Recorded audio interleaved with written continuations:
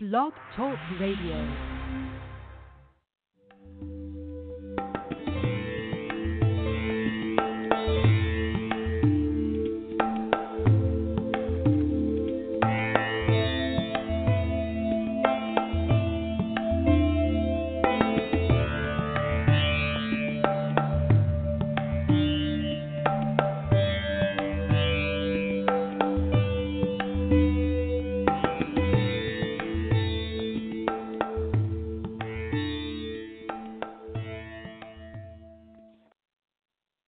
Hi, everyone, and welcome to The Wellness Coach on Blog Talk Radio. I'm your host, Edie Summers, and today we have a really special broadcast. I interviewed Dr. Conor Hogan out of Ireland, and he works with younger people primarily, and young people today are facing so many challenges, especially since technology is so prevalent. People are wondering why are younger people facing such crises in terms of mental health, depression, anxiety, and if we look closer at technology, we might find a reason for that. And also, Dr. Hogan had his own challenges in terms of health and well-being when he was growing up. He developed scoliosis, so we're going to touch on that as well briefly. It's a really special interview. It's pre-recorded. We're oceans apart, so separated by lots of water and other issues. So we found a way to record ourselves.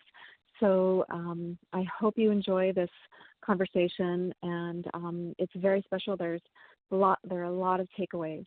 So thanks so much for listening, everyone. You're listening to The Wellness Coach on Blog Talk Radio. Okay. I can get it flying off the camera. We're ready. Okay. Yeah.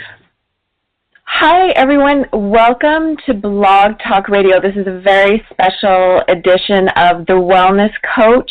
I want to thank you for listening, and I have a very special guest today.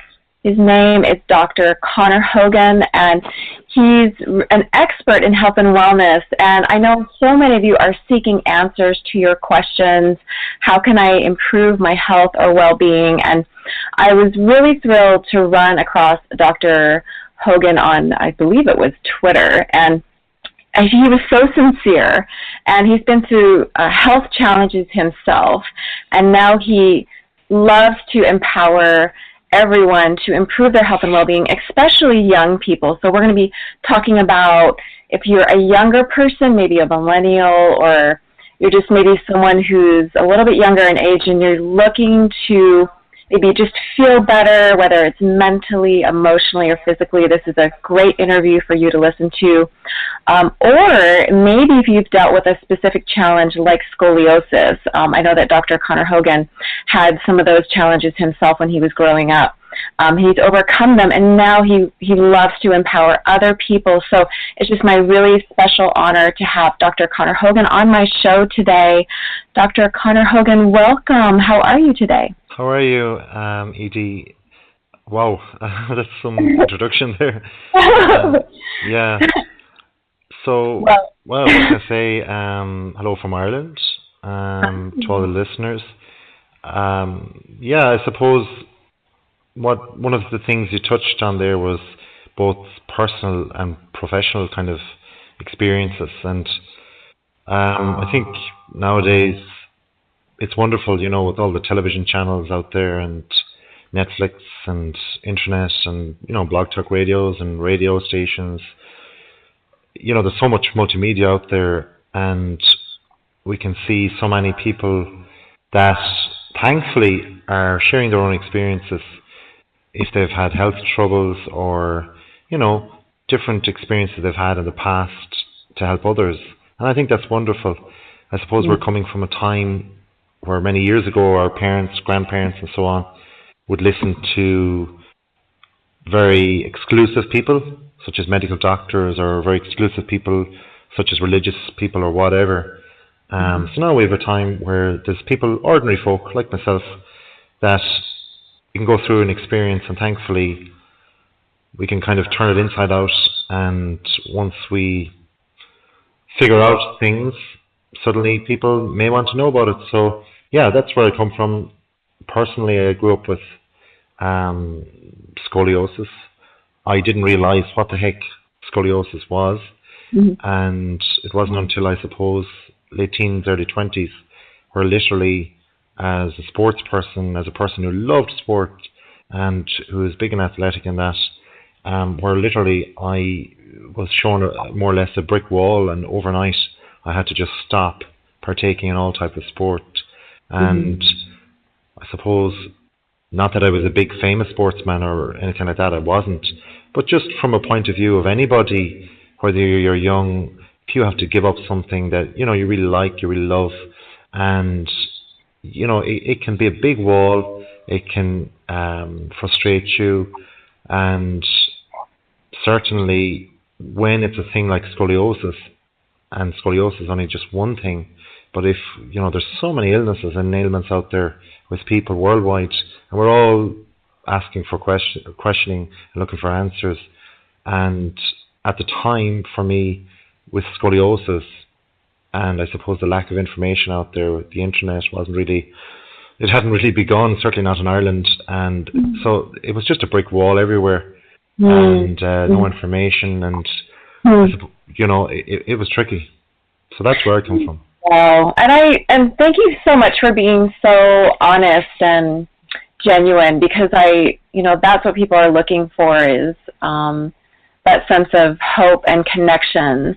And I think people start to heal when they feel like they've found some kind of connection with someone else, and they can see that someone else has done well or done better, and then that gives them the hope too. So thank you for being so honest about your own struggles. And then, do you mind if I ask, how did you, we're also going to talk about, sort of how younger people can improve their health and well-being, because I know that you specialize that in as well. You have a really impressive and extensive background in health and wellness. You have a PhD, and you own a yoga company, and you're Ireland's first specialist and premier children's life coach. So, and there's much more I could say about you.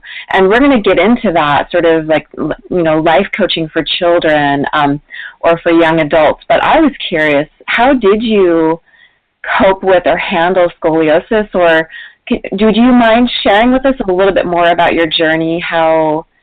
What is your health like today in terms of scoliosis? Yeah, absolutely. I don't mind sharing it at all. In fact, the main, I suppose, answer to that question is that it's very important for people to realize that scoliosis for me, and scoliosis for you, and scoliosis for different people is completely and utterly different. There is such a variety and amount of variables, even just between the degrees of scoliosis. Then there's things like kyphosis and lordosis thrown into the mix. So literally, which I love to compare scoliosis to, it's like getting a clothes hanger, a steel clothes hanger, and unraveling it as it is in the shape of a clothes hanger, and trying to straighten it out. And once you straighten it out, then just twisting it in your fingers and wrists and all the power of your hands, and make it into what resembles, in your best way, like a spiral staircase. And for me, if I was to do that with a steel hanger, you were to do it with your hands, somebody else was to do it, that's exactly how scoliosis appears in different individuals. So it's different. Okay. Even though there's an S curve and all of that, or a C curve, it can just appear and feel differently. And just to answer your question very quickly, I'm writing a book at the moment about scoliosis, and within that book, I'll be, I suppose, going through chronologically my lifetime with scoliosis, from as a child right up through my teenage years, 20s, 30s, and I'm not going to say 40s because I'm not there yet, but 38. So, but I think then, just as I touched on, I suppose, in the first question there, that it's now 2018, in the 1996 bracket, 98 bracket, I was leaving school, and there was no internet. there was no blog talk radio or blogging or vlogging or any internet or anything like that. So life was a hell of a lot different then, both in Ireland, Europe, America, and so on. So yeah, the main thing I would say to people, girls, guys, anybody of any age, because scoliosis can affect people. It mostly affects people in their teenage years and so on, Okay. and become very apparent as they're younger, 20s and that. But it can also affect older people. There's a phenomenal amount of statistics out there for over 65s getting the likes of scoliosis, kyphosis, lordosis, and that. And the main thing I would say is now, thankfully, there's information out there. There's the internet. There's things out there, and that's how we're connecting. Right, exactly. Which is fantastic. And it's so great to connect with you this way, Dr. Hogan. And I just had a really quick question about, can you tell us, I'm curious about this, how does the spine, so if the spine is curved, say in an S curve or a C curve, how does that affect health in other parts of your body? Is that, or does it affect? I mean, I'm assuming that, I've had some chiropractic, and I'm assuming that the spine does affect your well-being in terms of other parts of your health. Is that true, or am Absolutely. One of the things I'm doing in my book, I'm telling, I suppose, my story with regard to scoliosis. And what I'm doing is I will probably have about 12 chapters, and each chapter will start with, for example, the first or second chapter, it'll start with the likes of my teenage years. The third and fourth chapter will move on to my 20s. So it'll go chronological, and it'll break down different parts of growth within a human being. And then dotted into those chapters, I have 6 to 10 other individuals who have scoliosis. And they'll teach and tell us their stories. So there'll be children, there'll be infantile scoliosis being covered by parents. There'll be people that are teenagers themselves right now. There'll be people that are in their 20s, 30s, 40s, and so on. And again, like I touched on earlier on there about how scoliosis is different in everybody, it'll give a good variety, but also a strong core of an individual who has gone through the slump of it and look after themselves and come out the other end and comes out with management abilities and management, I suppose, solutions. And that's really what I want to communicate through the book. But just to go into your specific question there, briefly, yes, there's no doubt about it, just from talking to those individuals and knowing myself, that one of the first things you'll find is physical, that of course you'll start getting backache, but it's not just your back, your hips will start playing up, then your knees or your ankles or your feet. And it's not as simple as that then, and we're just talking basic anatomy at the moment, but your shoulders, you get aches in your neck, you get, and that's even if you just have the C curve in your lower spine, because the body is an amazing type of machine that needs to balance itself. Yes. From when we get up in the morning to when we go to bed at night, it needs to balance itself. And then that's just the body. And the next question is, does scoliosis affect the mind? It does. And again, in the book, I'll touch on that a lot. And just like you said earlier on, a question about well-being and so on, and mental health. There'll be things covered in the book from individuals in the book about mental health and mental health issues as well. So yeah, it really affects the mind and body, you know. And the mind and body is connected in general, and I know that you know that from personal experience and also from probably practicing yoga. And that's the beautiful thing about yoga, is that it can help connect mind and body. And so Dr. Hogan, how can people? Is it okay to share your website for when people? I'm assuming people are going to want to find out when your book comes out, and or how can someone find out about when your book is out if they want to find out more information about? That's fine. Oh, absolutely. I want you to share everything. In fact, I welcome everybody to communicate with me as much as possible, because I do believe that with my experience with all of this is that any healing, absolutely any healing, that communication needs to happen, and the more questions that are asked, the more answers will be given, the more trials will be put out there, the more pressure and lobbying and activism. And I think it's wonderful to share my website, Twitter, Facebook, whatever. People can Facebook request me. I don't mind. I'm big into kind of networking, and with regard to specific questions, I mean, obviously I've only so many hours in the day, but I do believe that certainly follow me, certainly email me. The first thing I would say is email me, and when you go to my website, Doc Conor, that's D-O-C and another C, ONOR.com, so docconor.com.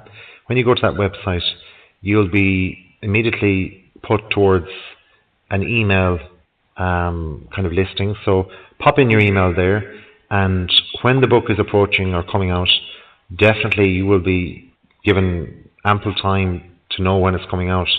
I'd say it's going to be towards the end of this year, 2018, or beginning of 2019. But in the meantime, what I will be doing is I'll be blogging with regard to scoliosis and back problems and well-being. And what I'm doing is with the publisher, and I'd love to mention the publishers. Sure. It's such a brilliant publisher, I have to say. I'm with Book Hub Publishing, and their website is bookhubpublishing.com. They're located here in the west of Ireland in Galway, where I am, just by chance. And they have so many wonderful titles, and with regard to well-being, they look after everything from mysticism and mental health and clairvoyancy and teaching, education, salesmanship. There's a whole plethora of different a variety of things. And it's a wonderful book publisher to follow, bookhubpublishing.com. And again, they're on Twitter and Facebook and so on. And, for example, there's a person there recently. I was at one of their book launches. She's actually a radio presenter, Megan Scully. And a beautiful young lady who's only 27, but has gone through terrible problems where half of her family passed away. She had a tragic roadside death of her brother when she was a teen, and her father then passed away. And so she's recounting how she went through kind of latent, I suppose, recovery of all of that, and it went in towards her 20s, and it was affecting her and her own emotional and mental health throughout her 20s, though she had this beautiful face and she was, a media person, and yet there was all of this in behind it all. So it's a wonderful read. And then there's Heidi Messenger, who's a clairvoyant and hugely successful, and her books are available then there. And then there's Dr. Rebecca Housel, who's an American lady and a fantastic academic and a great blogger, and has plenty of books on that. So there's many more. Then there's children's books as well, with Ray Flannery, and there's others. But all of those authors are coming together, and this is touching back on what you were saying earlier on about the likes of mental health and millennials. Yeah. At the moment, there is a series of books. One has been released, and it's under the umbrella term of Mental Health for Millennials. So it's on the bookhubpublishing.com website. And you're in that book, aren't you? Yeah, I'm in that first book. So I've done a chapter on friendship, and that was out just last. What were we saying now? We're at April. So that was out last year, mid last year. That was published. And there's another one out, I believe, in October 2018. And I'll be doing a chapter on well-being again in that, probably selfies and selflessness. And yeah, that's a bit. Great time. We're talking about technology again and communications. So selfies will be high on the agenda there. Yeah. Perfect juxtaposition there between selfies and selfless.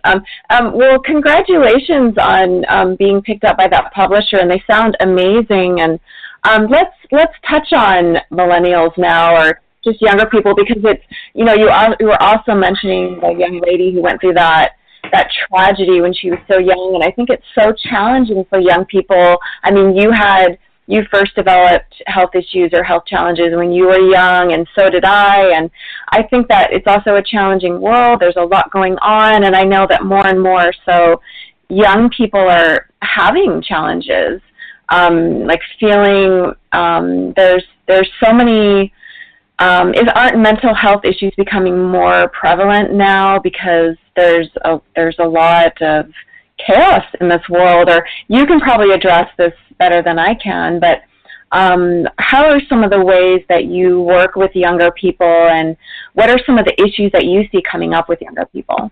Okay, yeah. I know I've spoken quite a bit now, and my my answers have been quite chunky there, the questions you've given, but fantastic. This is about you, so I think it's being really helpful for people. So, I really believe that the more personal it is, the more that people connect with it and find what they're looking for. It's perfect. Okay, well, I suppose it's going, I suppose, under the same umbrella as what you touched on, and I said as well, is that from my point of view, I went through personal things, and I wasn't, I'm not going to sit here and say that I'm the worst victim or person who has suffered from scoliosis in the world ever. I'm not. However, my little tidbit of information that will be in the book, and there'll be a lot, is definitely worth reading, and the other people that are in it too, in order to compare how bad scoliosis can be, how bad back issues can be, and also the different range of mental health that can happen with one physical ailment as such. So you might be listening right now, you might have a flu, you might have a cold, you might feel dreadful. I remember when I was younger, the term, gosh, the weather's terrible, I feel depressed, was a regular thing, especially here in the west of Ireland, where it rains all the time. Yeah, here in the Pacific Northwest too. Oh my gosh, it rains all the time here. It's April, and we have still got water in the ground, and the cattle here are finding it very difficult to get their food. There's nothing growing, so we're entering into summer, and here we are. So I think we beat it. We're wet, but anyway, yeah. So basically, that'd be an issue when you're growing up 20 years ago, when I grew up, and it was like, gosh, I'm depressed. And it was a throwaway kind of line. Now, with the young people here, you'll quite often, in a group of 4 to 10 teenagers or whatever, they'll use, I am depressed, straight away. And then, in many ways, the discussion has opened up, which is always a good thing. But unfortunately, their awareness of what depression is not, it's not on the money, let's say. It's basically a little bit off the beaten track. It's a little bit uneducated. And so, yes, we need to talk more. And yes, there's definitely more mental health issues out there. But I think it's important where the information comes from as well. But I suppose I came from my own experience from a physical injury, and that's how I learned all about mental health issues and well-being and such. And then at the same time, as I was finishing school, going to college, or school as you call it there in the States, I qualified as a teacher. And it was just, an ordinary qualification as what you'd call a high school teacher. But then I moved into, again, more primary teaching, so I requalified at that. And at the same time, I was doing a lot of voluntary work in helping people, basically, I suppose, across a variety of areas. And when you start working with people of all age groups, you start learning more. And at the same time, society was changing here, where it was becoming, all these mental health issues were coming up. And I suppose professionally then, I started as an educator, and I was kind of moving across. And at the same time, within myself, I was having all these physical difficulties. So I was educating myself on physical difficulties, and then that was moving across. And what I was learning physically, I was realizing that there was, when I wasn't getting answers from the conservative, traditional medical route, I started learning and reading and looking up about other things where the mind can change the body and so on. And where our thinking and all that can change our bodies and our behaviours and so on. And again, there was a crossover then beginning to happen in my professional life, where my teaching was coming towards more a coaching role, a mentoring role, and my personal stuff. Then I decided to kind of do courses to actually just self-heal, self-cure, to learn yoga just for the sake of doing yoga, not to be the greatest acrobatic, flexible guy in the room, but actually, just to learn the ins and outs. Where does this, 5,000-year-old spiritualism / physical activity come from? What does it do? How is it going to help me? If I can get a slice of the pie of information, well, then I'm learning, and I can try and put it back into myself and try and help myself. So professional and personal stuff are meeting. They crescendo together, and that's where I fall into. I'm the person who, I suppose, can see it both professionally and personally, thankfully. Yes. Very important. It's very important, and I think for young people, it is such a journey. I mean, it's a journey for anyone when you're learning. If you have some type of, whether it's a mental health issue or physical health issue, you become a seeker. You become a seeker of information and knowledge, and I really believe that's part of the healing process. Is doing. It's like a journey. It's like I believe if you set the intention to feel better, no matter what challenges come up, then that's a big way of how you get better. And then it's a matter of filling in that journey with learning about yoga and listening to podcasts and reading other people's stories, whether they're in books or online, and always being a seeker. And I think and then you start to put together the pieces of a puzzle, and I think it can be especially challenging when you're younger, because life is already kind of new, and it can feel even more overwhelming if something big happens, like some type of health challenge or mental health challenge or tragedy, or and I really admire young people that have that fighting spirit regardless, or anyone of any age, but it really does take, I encourage people to hang on to that sense of hope and then set an intention to feel better no matter what. And what is some advice, Dr. Hogan, that you could give someone who's young, who maybe says, I feel depressed or I am depressed? What would you say to them is like the next step? Just touching back on the bookpublishing.com, the publishers that I'm involved with, this series of the mental health for millennials is going to be a very good thing for a lot of people, I think, because basically you've got a chapter in each book, and it's a series of books. So a chapter in each book that will be done by experts in their own field across mental health and well-being. So, for example, I think in the last book, in the first book, there was 10 chapters. So there's 10 individual people that are covering it. So again, like people I touched on, Heidi Messenger, who's a clairvoyant, Megan Scully, who's a radio presenter. I think she did a bit of modelling when she was a few years ago as well. But then, of course, she had all this other issue going on in her own personal life. So she talks on the likes of that. And all these people that are experts in their own field. And I think it's wonderful to read series of books like that. But also in that book, you'll find that there'll be nuggets of information from each person. So they will look at the issues and they will say, yeah, okay, this happens, this is wrong. The economy is tough on millennials. And it is. It's a changing economy. It's a huge conversation. Technology is taking over in lots of ways. We're using it now for the two of us to connect half across the world, which is wonderful. And hopefully, many listeners will listen to this and get great enjoyment, but also a bit more information about it. But I think the likes of those books, they're produced here in Ireland, but they're all available online on bookpublishing.com. You can buy them online, and there'll be nuggets of information from everybody. So yeah, we are looking into what's wrong. We're stating fact that there is issues. There's mental health issues there. And like you said, it's more apparent now in the millennials than it is in the baby boomers or in any other type of cohort of the human race that exists on planet Earth at the moment. So why is this? And I mean, I think the more questions that are asked, the more answers that will be definitely out there.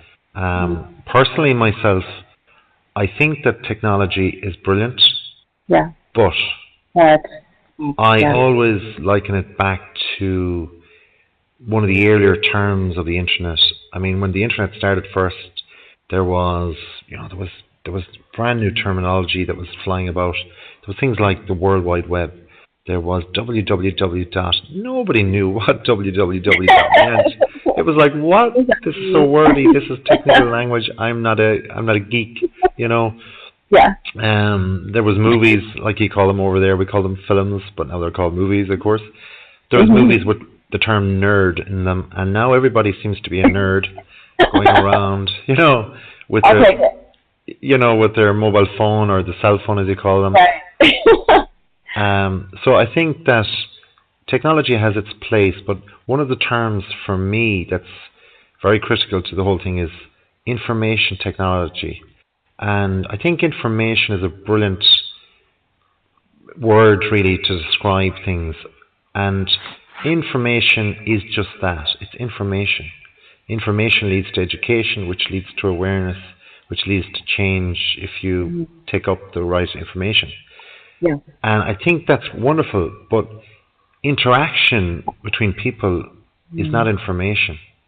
And primarily we need to interact with people as we meet them, as we see and be with them. And information is a whole different kettle of fish. And we need to realize that technology is wonderful for giving us split-second information and huge information. But interaction is it's like the water that we need every day and the food we need every day, Oh my goodness. So well said. That's brilliant. And there's no substitute. So what I'm hearing you say, and I hope that this is sinking in for anyone who's listening, especially if you're young, that there's no substitution for genuine connection, and that technology, even if you might feel like you're connecting with people, like on your phone or online, it's not the same as a genuine interaction with someone. Do you mean like face-to-face, Dr. Hogan? Or yeah, well, you see, there is actual medical evidence for all of this as well, and there's a reason, like, even, when we're younger, we kind of struggle with the term mind and brain, and there's huge information out there about, again, if I go out and break my arm, I need to go to a doctor. There's a bone sticking out. That's definitely needed. I need a cast, or I need a splint, or I need some sort of physical operation or therapy. Fine. That's very obvious, very apparent. Of course, with mental health and well-being, we're always wondering what's happening between two people or a person's 2 years, even more so. So unless a person talks, we often say, we don't really know what's going on. But of course, people can lie. People can put on a front or a face. Yeah. But the difference between mind and brain are huge. Without going, back into the likes of Freud or anything like that, it's really refreshing to know that even though we've all these problems going on right now in the world with mental health and that, and it's becoming very apparent for the younger people and the millennials, there's still a huge amount of knowledge needed and information needed with regard to the brain waves, the brain activity, neuroplasticity, neurology as such. So unless we can put scans on and physically see things on the screen which is going on in a person's brain, we can't know what's actually feeding the mind. So basically the brain is like the computer. We all use a computer. But the mind is more the emotional animal or the chimp as such, and how we interact with our thoughts. So again, going back to yoga, as you would be very well aware, Edie, is that with meditation or remaining quiet in yourself in order to actually sit and meditate, which thousands of people have the problem with, being able to actually get to the state of nirvana or the state of meditative within the mind, it definitely changes the brainwaves. It regulates them, it rests them, it gives them a deep rest. But of course, if you have the monkey mind, as is known in the yoga world, you'll never be able to get to that state, to settle down, to sit, to practice, to do your hatha yoga or whatever. You'll never be able to get there in the first place. So you can't actually tell yourself through your mechanical computer brain, hey, listen guy, I need to breathe softly, I need to breathe regularly here. So there's a fight going on there between the mind and the brain. So I think, yeah, millennials, there's problems, there's issues, but you know what? There's also, with problems, huge opportunities. Mm. So, you know, you've got technology, it's taking off. There's no doubt. I think you can tell your listeners, you can share a little nugget of information that we shouldn't be really saying here, but we had huge technical issues in trying to get this interview up and running, you know. So a person 15, 20 years younger would be far more adept at this, but they might be actually suffering mentally or suffering emotionally. Mm. And again, we're talking about work and the future of work, and technology is doing huge things, taking over a lot of workplaces.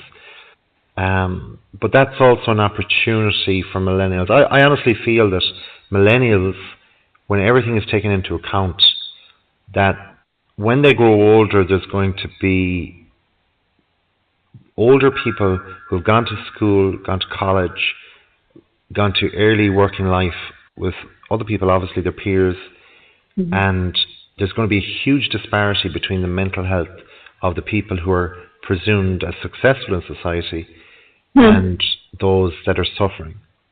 And I think it's the opportunists, like there is in every time, that will actually look at things now like mental health and they go, how can I learn and how can I actually improve that for others? And I do believe there's huge opportunities there for millennials, especially with their technical expertise. So I want to make sure I'm understanding you, Dr. Hogan. So you're saying that, so when millennials are older, yeah, are you saying, where is the disparity? Do you I think, well, you see, there's definitely, going back to the whole kind of information technology thing that I was saying there a few minutes ago, there's definitely a common type of time frame there between the internet coming along in the late 90s and then suddenly all these mental health issues coming along. Right, exactly. Yeah. All right. So, for example, for sure, one thing for certain, one of the things I work in the public service. Now, without giving away confidentiality, but basically I work with behavioural and emotional issues, and then in the evenings I can do my own thing, and weekends and holidays where I can do my private practice. But one of the things that's very apparent is that there's technology there and it's wonderful. You can use it, you can send messages in split seconds across the world, wonderful. But what really are we doing? You know, where are we going? And a lot of people are getting stuck on their phones, stuck in their computers, and they might be looking up Facebook, Twitter, whatever, and it's all for entertainment. But that's not going to get you from A to B in life, whether it's emotionally, whether it's from natural stage developments of, being a teenager, wanting to have a girlfriend or boyfriend, or get married, or save, or buy a house, or build a house, or rent, or get a better job, or promotion, or whatever. So we need to take a little bit of this technology and go, yeah, that's wonderful, but now I need to stop. I need to go out for a run. I need to go do a yoga class. I need to do whatever. I need to find balance. Exactly. And I think what's going to happen is, in years to come, there's going to be the successful people in society will be those that are very balanced, that have taken that approach, that have gone out, they've, improved their workplace or whatever, become entrepreneurs or whatever.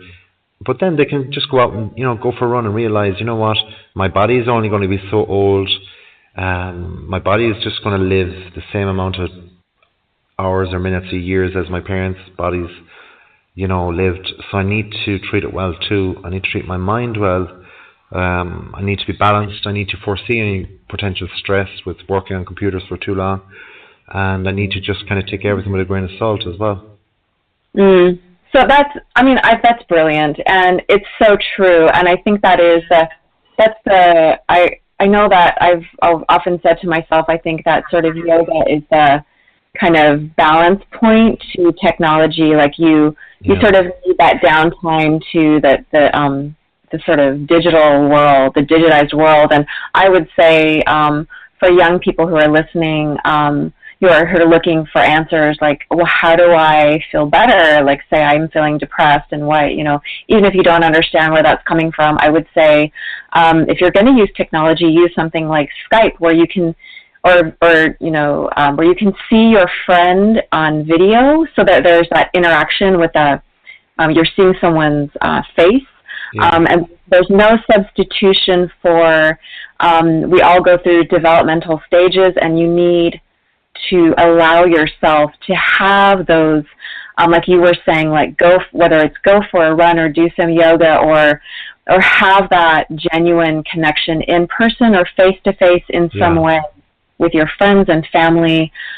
Give yourself what your body and mind and heart and soul need, which is the full spectrum of development. Absolutely. And you can't get that just from. Well, I mean, okay, it's been taught probably in some schools and some curriculums, maybe not as advanced in some countries as others, but I mean, there is absolutely no substitution for, first day at school, you meet a child, you just happen to be sitting beside them, your parents meet, they're both nervous parents, they both want their child to have a happy time at school, they realize the first day of school is going to dictate, from age 4, 5, 6, 7, 8, 9, 10, 11, 12, they go to high school, and then suddenly they have another 5, 6 years, they're out the door, they're an adult, so their whole socialization begins on that first day of primary or high school, and naturally parents want them to make friends, they want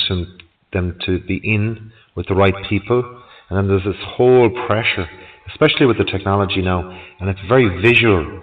Every phone has a camera, everybody has a phone, so you're walking down the street and you're aware of looking good or looking proper all of the time. And I think for females, I think it's really, really tough for young females nowadays, because it's a very visual society, and it always was, but it's now that they are very well aware that one picture taken at the wrong angle is going to be there for life, and they can be bullied, and that's one slice of the pie of the mental health issues, obviously bullying, but it's just so immediate, and it's, it can be taken in a split second, but it's there for life online somewhere. And to get back, like you say, balance, to get back to yourself, to come down and say, it's a picture, that's it. I know I didn't have my hair brushed properly, I wasn't looking like a Kardashian today, and that's okay.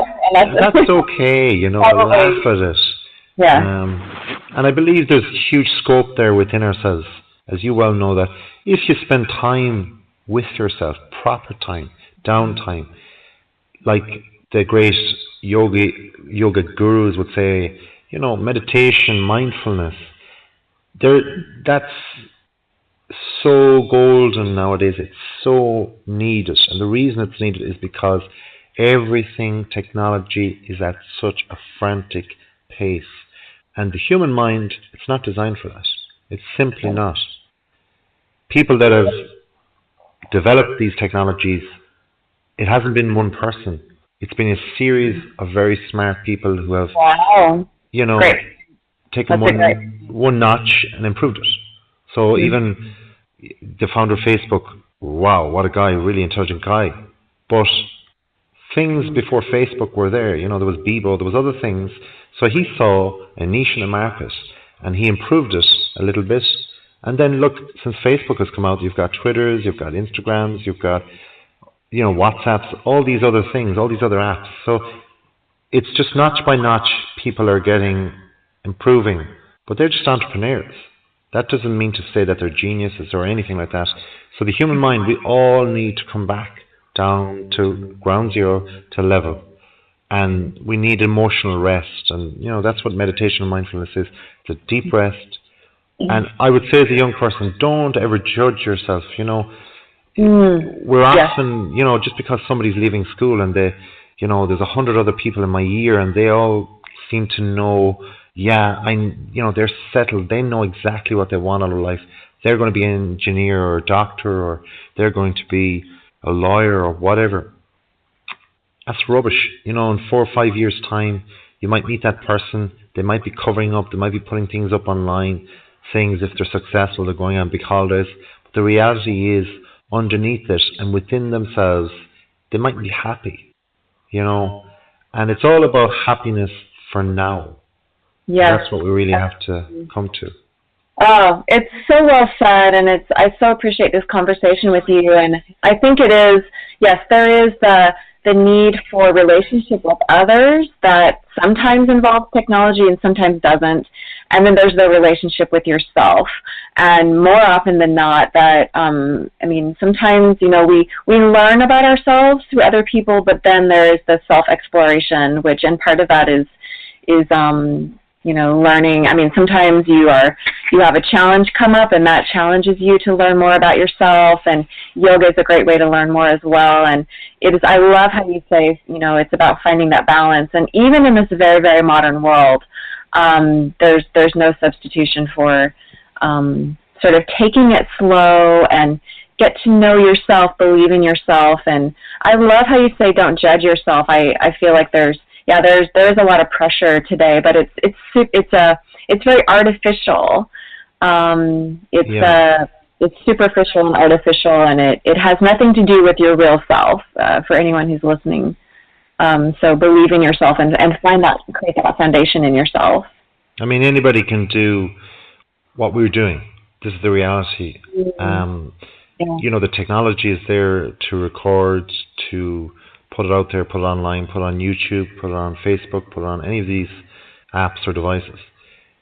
But I suppose what makes something real is knowing yourself and then actually looking at yourself honestly. Don't judge yourself, because you're never the finished article.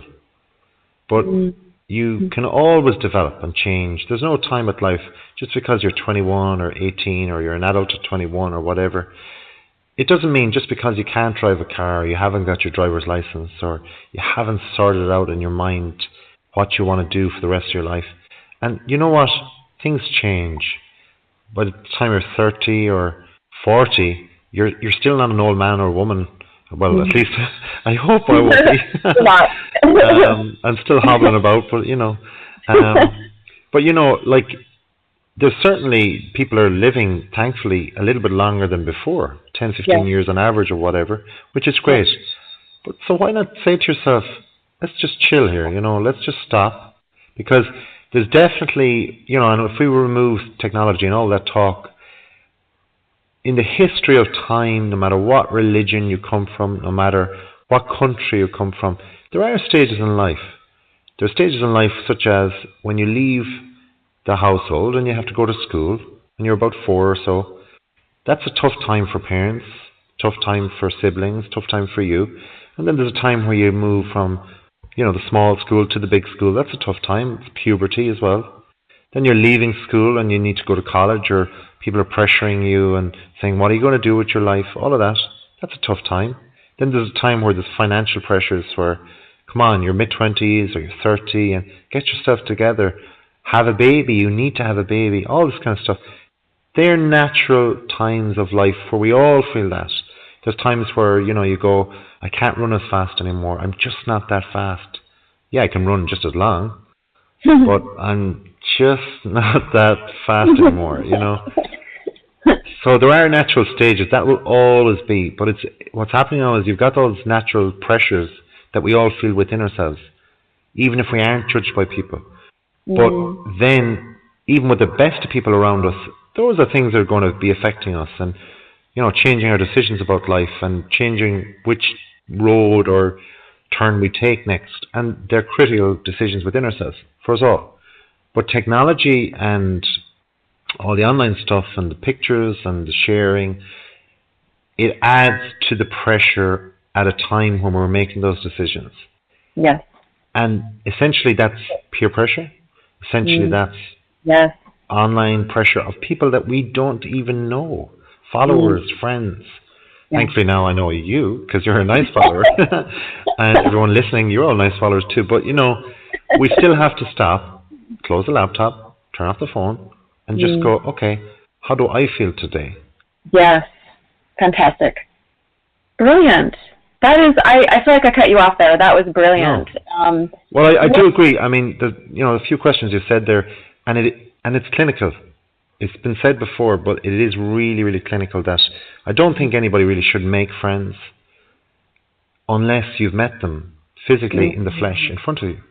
Because I do think there's something there. Like, for example, if we compare with a lot of the romantic comedies we see on television over the last 20, 30, 40 years, we all want to fall in love. We all want to have the best lover. We all want to have the best husband or wife, or the best relationship that will last the lifetime. We all look at 90-year-old couples who are 50 years married, and we go, "Wow, look at that! That's amazing," and it is. But they had different pressures than what's there now. The slower world, thankfully, there was more trust there. You knew your neighbor. You could leave your door open. So it's different now. But that doesn't mean to say that, you cannot have that. You cannot meet a person like that. You can, whether it's for friendship or relationship. But it needs to come from yourself, that you commit to yourself that a friend is a person I meet first of all. And the reason being, I say that is because sometimes when we're, be it a child or an older adult, we meet somebody and we just kind of know. We feel we trust them, and that's our instinct. And it's very difficult online to trust your instinct, because all we have is we have an overemphasis of visual kind of profile. So I can see a person's face, yeah, they look okay. I can see that their age, fine. I can see their general location, okay, that's grand. But, I don't know what they're like in front of me. I don't know how they're going to react to me, Exactly. And actually, Dr. Hogan, that's kind of, when you talk about technology's information, but you also need the information that you get in person from interacting with someone. And that has nothing to do with technology. That's only the technology. And that's what all these romantic films have told us, chemistry and, feeling that something, that magical thing that happens between two people. And that's just in the love world. But, in the ordinary world of men and women interacting and people interacting, you get a sense of trust, or a sense of, they're okay, I like them. And it's not just because you're talking about football, or you're talking about the weather, or something you both have in common. That's just, normal small talk. But when you get to the nitty-gritty, you can actually have a really good conversation with somebody you meet in a library, or somebody you meet in a social club, or something like that. There's no reason. You can strike up, and the word strike even, it's like getting a match and a piece of paper and just striking. That glint, and that can only happen. And to prove that point, we're talking about mental health, we're talking about well-being. The vast majority of therapies outside of chemicals, the vast majority of therapies that work are talk therapies. Yes. And they originated from face to face. Yes. They originated before the internet. So that means I had to knock on your door, I had to pay you money, I had to sit down, I had to look into your eyes, I had to lie on a couch or whatever, but I physically have to be in the same room. I have to book for 1 hour, and you give me uninterrupted interaction for 1 hour with your expertise. So we need to realize that it's so important, face-to-face communication. Very, very important. And I totally agree. And there's there's so much we can talk about here. There's neurons involved, and there's that creating that type of relationship. Exactly. And there's a thing, we all know about going out and, go for a run or whatever, do a really strenuous yoga class, where, you get the peace of mind, but also you get this huge buzz of feeling well for the exercise. And that's an actual chemistry within your brain that's changing the way you feel. And then that's the interaction between the brain and the body. But when you're online, when you're on your phone, when you're looking at pictures, when you're, be it a night out or something, you see somebody in people you wanted to be in the same room as, you weren't there, you miss it, or you're looking forward to something. When you're online, connected like that, when you're swooning over somebody, or when you actually want to be like somebody or whatever, the reality is it's working on your brain. And that's a thing called dopamine. And it's well known with a lot of people, but an overproduction of any chemical that's a short-term type of buzz creates addiction.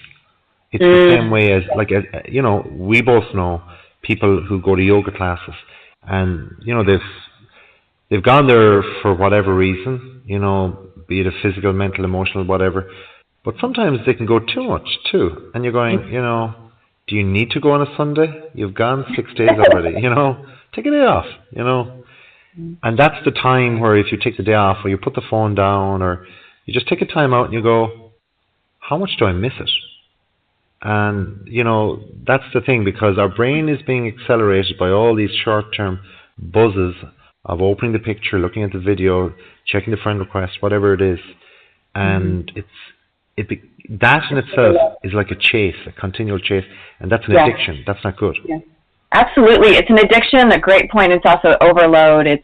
We have information overload. We have sort of dopamine overload. Every time you do something new, you get a dopamine hit. And so that's why people's attention span has gone down so much, because they're craving that next hit. And I think that people are literally becoming addicted to their phones. I see people walking down the street looking at their phones, and we're sort of missing that basic interaction. And there's so many great points. It kind of circles back to that there's no substitution for genuine connection with other people and with yourself. And there's no kind of easy way to, I don't want to use the phrase, do you have to do the work, but it's a journey, right? Like, it's give yourself the gift of allowing yourself to, and I love how you say slow down and take your time, because people are living longer. And I think there's sometimes, younger people have this sense of anxiety, like, oh, I have to have this all figured out. And especially with that peer pressure of online, like you think everyone else has it figured out. And that's just not true. There's no substitution for slowing down and taking your time to figure it out, navigating through that maze and enjoying the process. I think life is supposed to be fun, I think, and it's supposed to be a journey, and it's supposed to be, you're not supposed to know everything that's going to happen. And I think there's a real gift to slowing down, and I think the trick is to, allow yourself, whatever challenge you have, whether it's depression or some kind of health issue, we all have the gift of the magic of being in the present moment. That's always available to all of us, I think. And then It's like what can unfold from there. And life is pretty exciting, even if it's challenging.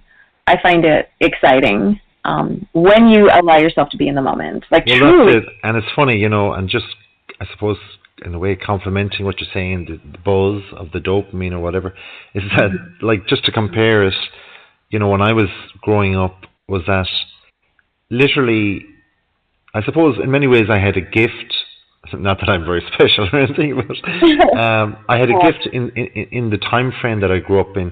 And I think people worldwide, anybody listening to this, that's 38 or 40, because we're young enough to understand a lot of the technologies, but also and to become adept at them as well as some people that are younger, but also we're old enough to realize that when we were 10, when we were 12, 15, 18, there was no technology like this. There was no internet.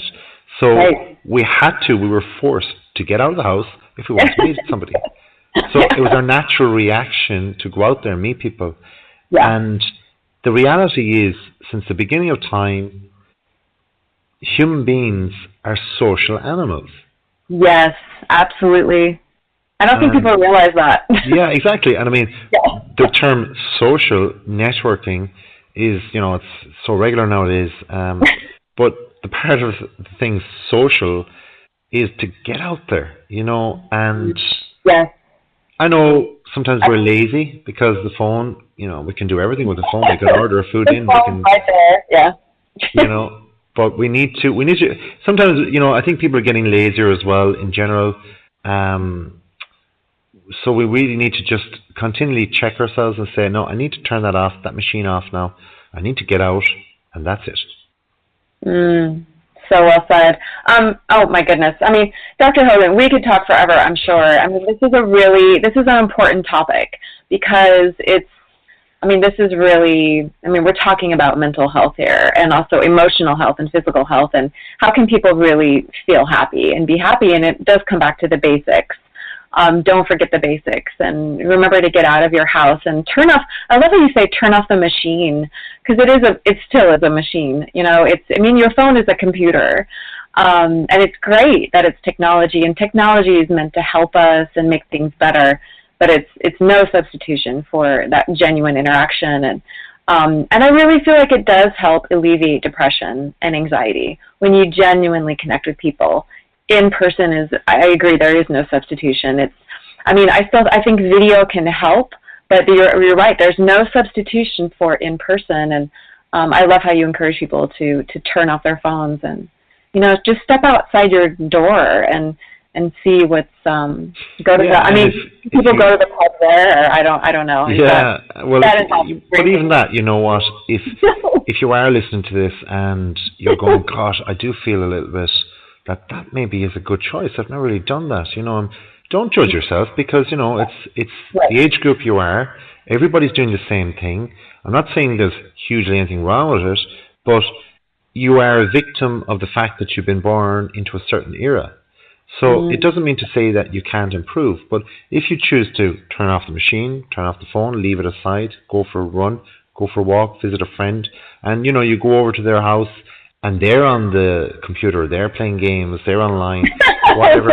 Don't judge them, give it time, because like you say, it only takes 1 minute with that friend to get a smile from them. That's all. Then you can go down the road, go for a walk, go into a woods, get a breath of fresh air, look at the green grass, look at the blue sea, look up into the sky, go out at night, look up into the stars. Little fragments will help you come out of yourself a little bit more, come out of the extraordinary world of the internet, we'll say, and more get back into yourself, I suppose. Just give it time. Beautiful. I love how you say that. Give it time, and also it is sort of like the spell of the internet. And there's what's even more magical, and there's the spell of the world. There's the spell of the real world, and it's I love that. I suggested a bar, but I love your suggestion much more. Go to your friend's house and then go outside, and there's nothing like getting in touch with the natural world and getting to know your friend, and then in turn you get to know yourself. And that's how you develop, and that's how you build strength and resiliency. And you were talking about that neuroplasticity. When you start to have good experiences, it changes your biochemistry. It makes you feel stronger. It makes you feel more confident about yourself. And then you can make better choices, and you can also deal better with challenges that come along when you have that strong sense of self and confidence. So that's just beautifully said. Cool. Yeah, just look, I'm not judging anybody listening or anything like that, far from it. But you will look back on the time of your youth and go, gosh, what was I doing? What did I spend my time doing? My waking hours looking at machines? For what purpose? Entertainment? Wow, look at me, I'm fat. Look at me, I'm old, So what do you want to have? What are your best memories? They're visualizations in themselves. Their smells, their sounds. And that all comes from being in front of people. So give yourself a bucket load of them. Wow. Well, I suggest we end there, because that's very powerful. And Dr. Hogan, you're welcome back anytime. And what a powerful statement, and such amazing insights. And I really hope that this helps people, because I love how you say that, your memories, this is your experience, or your memories are created from experiences, like real experiences, and it involves much more than interacting with a phone or a computer. It's you need to smell and taste and touch and sight and sound, and so beautifully said. And it's been such a joy speaking with you today. And I had a feeling about you when I don't remember how I met you. I think it was on Twitter, but you just, like I said in the beginning, you seemed very genuine, and I could tell that you had a lot to offer people, and I just really wanted to interview you. So I thank you so much for figuring out this technology, speaking of technology, so that we could have this. Thank you so much for having me, and I feel indebted to you. Thank you, because I'm here in little old Ireland, and even though you've got the wonderful World Wide Web, there's a big pool of water between us.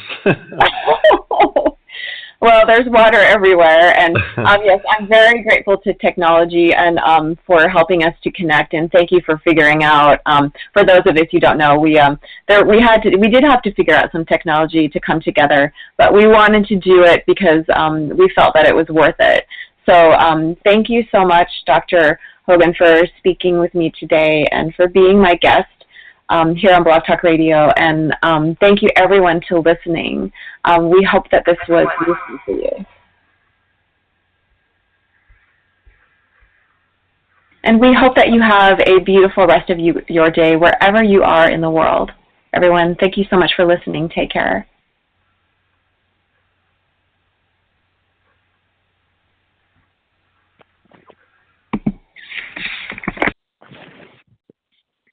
So everyone, thank you so much for listening to that amazing interview. I hope that was worthwhile for you. And there's so many amazing insights in that interview with Dr. Hogan. And it was just such a pleasure to speak with him. And I really hope that it helped you. This is one of my favorite interviews. And, technology is amazing. But there's definitely a trend happening. And we're definitely seeing it with the younger people. This feeling of, depression, anxiety, or feeling disconnected, or loneliness. It seems to be becoming more and more prevalent in the world, and I think it's affecting actually everyone of every generation. But younger people are particularly vulnerable because you're still in the developmental stage. You're still growing. You're still developing. So it's really, really crucial for you to seek genuine connection in person. Get to know yourself. Get to know your friends. Get out in the natural world, and you'll find hopefully that relieves some of your depression and anxiety and helps you feel more connected with the world and with yourself. And thank you so much for listening. You've been listening to The Wellness Coach on Blog Talk Radio. This is your oasis to slow down, tune in, and reboot. Find us on the web at portlandwellnesscoach.com. We hope you have a beautiful rest of your day wherever you are in this beautiful, amazing world. Take care, everyone.